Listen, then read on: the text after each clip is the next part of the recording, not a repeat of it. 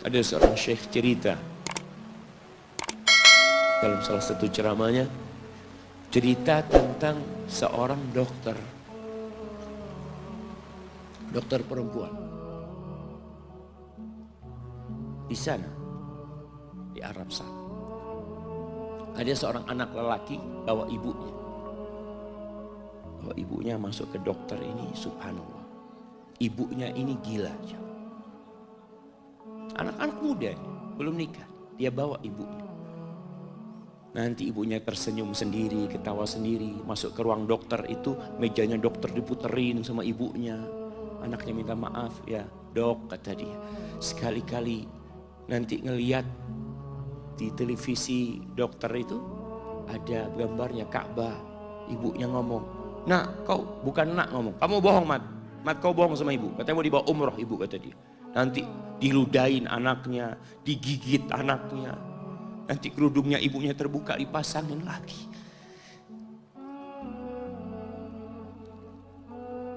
Itu dokter tanya sama anaknya, ini siapa? Ibu anak, kata dia. Sejak kapan dia seperti ini? Sejak lahir. Loh, terus gimana engkau bisa lahir?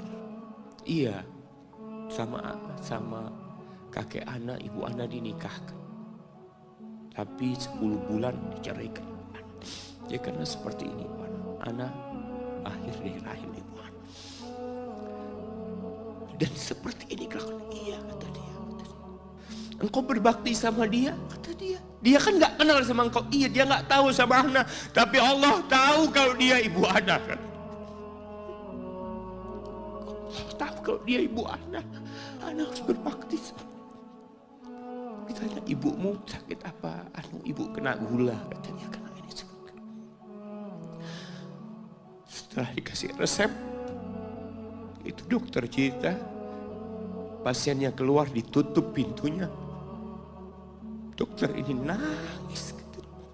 Dia mengatakan, ana sering dengar ceramah tentang birrul walidain. Ana sering mendengarkan tausiah ustaz tentang berbakti kepada orang tua.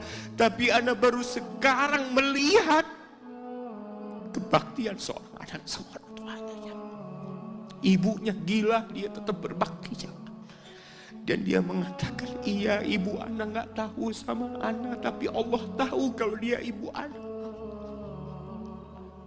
Dan yang ngasih wasiat supaya kita berbakti sama orang tua itu Allah, jemaah. Apapun yang dilakukan orang tua kita.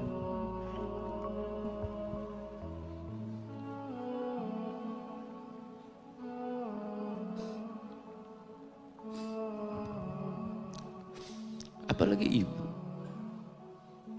Allah katakan, hamalathu ummuhu kurha wa wada'athu kurha. Ibu kita, hamil kita itu dalam kondisi yang sulit.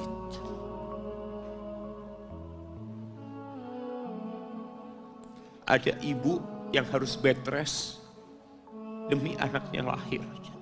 Demi kita lahir, ibu kita itu bed rest. Capek dikit keluar darah. Ada yang harus hamil kita dalam kondisi dia ditinggal sama suami.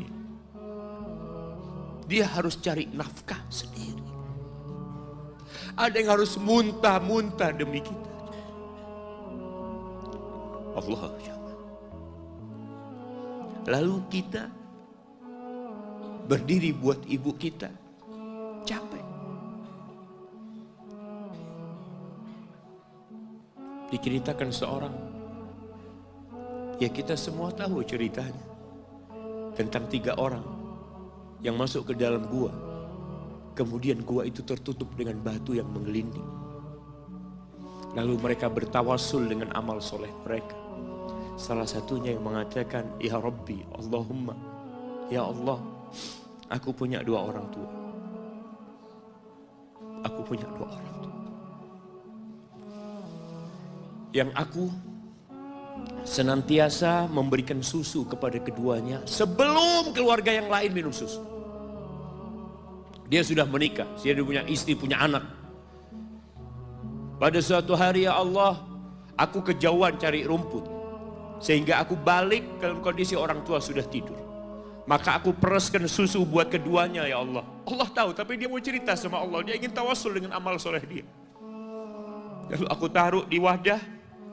Aku datang ke bapak ibuku, mereka tidur. Maka aku berdiri di hadapan kedua. Jamaah, bukankah bisa dia taruh di sebelah meja ibunya susu itu? Dia ambilkan meja, taruh di sana, dia bisa tidur.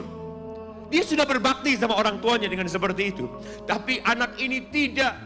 Aku berdiri, ya Allah, aku gak ingin membangunkan keduanya. Dan aku terus berdiri, aku pegang itu susunya. Sampai mau subuh bangun, aku serahkan kepada kedua. Anak-anaknya nangis minta susu. Kata dia, lah, sampai bapak ibu aku minum. Kalian jangan minum. Kita kadang-kadang sudah menikah lebih peduli sama istri kita. Lebih peduli sama anak-anak kita. Nggak ada hadis yang mengatakan anak itu pintu surga, jemaah.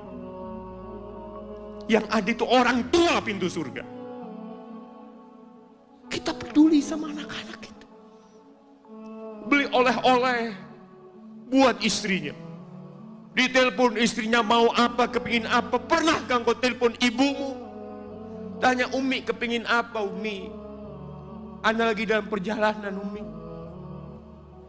Jamaah, itu anak, Masya Allah, dia berdiri.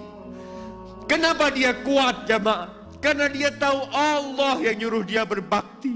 Mungkin tidak ada yang melihat berdirinya dia, tapi Nabi ceritakan berdirinya dia.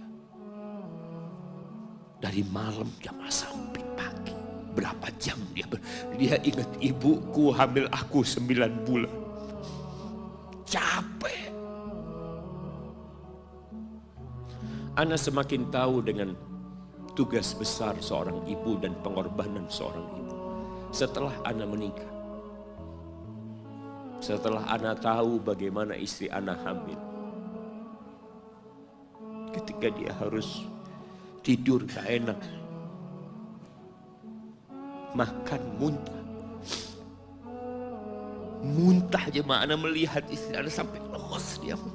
Ana ingat begini ibu Ana hamil Ana.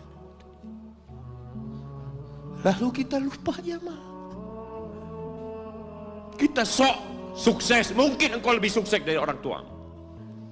Tapi kalau enggak ada bapak ibu, engkau enggak akan pernah lahir di muka bumi. Allah ceritakan ibunya hamil dia.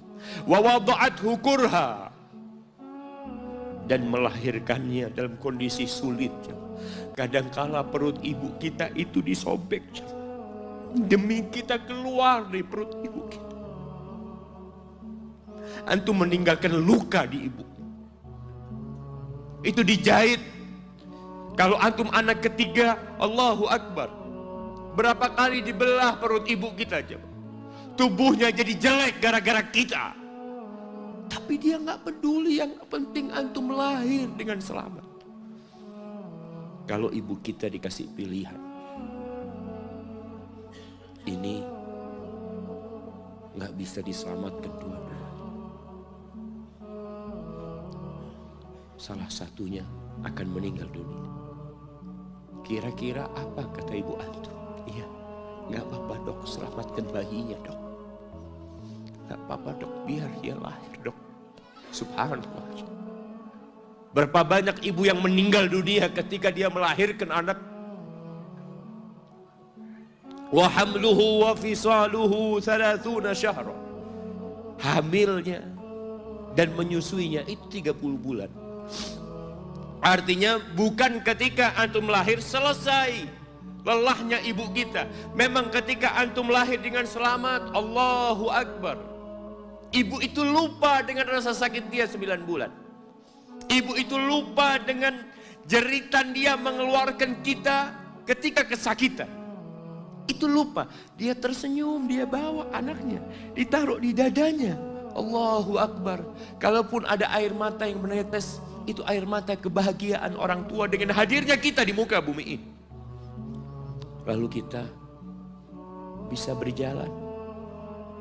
Kita nggak bisa apa-apa lahirnya. Allah rekam kebaikan ibu kita.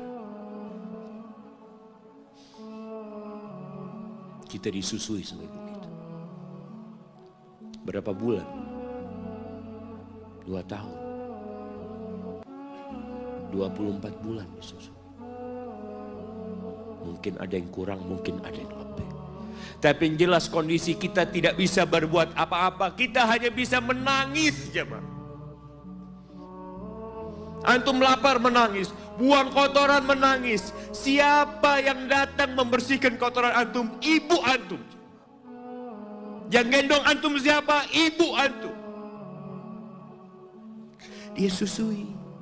Subhanallah, sampai anaknya agak besar sedikit, diajari bicara sama ibunya, diajak ngomong sama ibunya, diajarin berdiri sama ibunya, diajarin berjalan sama orang tuanya. Allahu Akbar. Kemudian ketika antum sukses, antum berangkat ke luar negeri, antum berangkat ke luar kota, meninggalkan kedua orang tua antum, boleh, asalkan dengan ridho orang tua antum. Kalau ibu antum telepon, antum di Batu sini, kuliah, sampai sukses jadi pengusaha di sini. Ibu antum di kampung telepon, nah ibu ingin kau balik ke kampung. Jangan pernah mengatakan, bu anak kerjanya di sini ibu. Saya ditugaskan di sini, tinggalkan semua pekerjaanmu, pulang ke rumah. Ustaz, gimana dengan istri dan anak-anak anak? Yang ngasih makan istri sama anak-anak antum itu Allah Jalla Jalla. Bawa pulang ke kampung, hidup sama ibu antum. Jamaah, ada seorang sahabat yang izin untuk berjihad, izin untuk mendapatkan surga yang paling tinggi, izin untuk bisa memberikan syafaat kepada 70 dari keluarganya. Kalau dia mati syahid, dia datang kepada Nabi SAW, ditanya, bapak ibumu hidup? Iya, kata dia, pulang engkau ke sana. Fathammal jannah, di sana ada surga. Ilzam rijlaya, engkau tetap di kaki ibumu. Ini mau jihad, bukan mau cari fulus, jemaah. Bukan mau cari kenikmatan dunia, dia mau cari surga. Tapi pintu surga yang paling baik orang tua dapat jauh-jauh. Jemaah, Allah, ketika antum nangis di kasur ibu, di dapur lagi masak, dimatikan kompornya, dia datang jumpai antum. Antum lihat, anak sering lihat ketika kajian, bagaimana seorang ibu yang gendong anaknya yang nangis. Dia ingin dengarkan kajian, tapi engkau menghalangi dia untuk mendengarkan kajian dengan baik. Dia harus gendong. Kadang-kadang nggak boleh deket-deket kajian, yang bawa anak tempatnya lain, dan dia nurut. Engkau ganggu hidup dia dari sejak engkau lahir. Kemudian setelah engkau dewasa, engkau nggak berbakti sama ibu. Lupa dengan wa hamluhu wa fisaluhu 30 syahr. Di masa Umar bin Khattab, ada seorang yang datang kepada Umar mengatakan, ya Amirul Mukminin,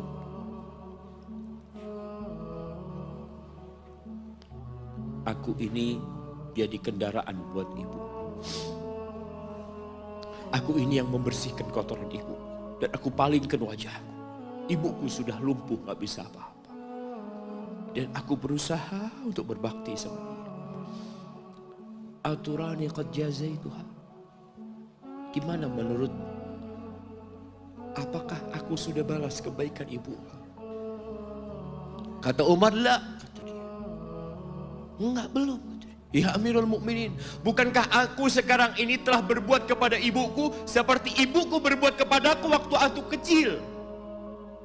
Artinya sama pekerjaannya sekarang ini. Aku yang menyuapin ibuku, aku yang membersihkan ibuku, yang mengantarkan dia ke kamar mandi. Semua yang pernah dilakukan ibuku, kira-kira sudah aku lakukan semua sekarang. Kata Umar, enggak sama, kata dia. Ibumu waktu merawatmu ketika engkau kecil, ibumu berharap engkau bisa hidup.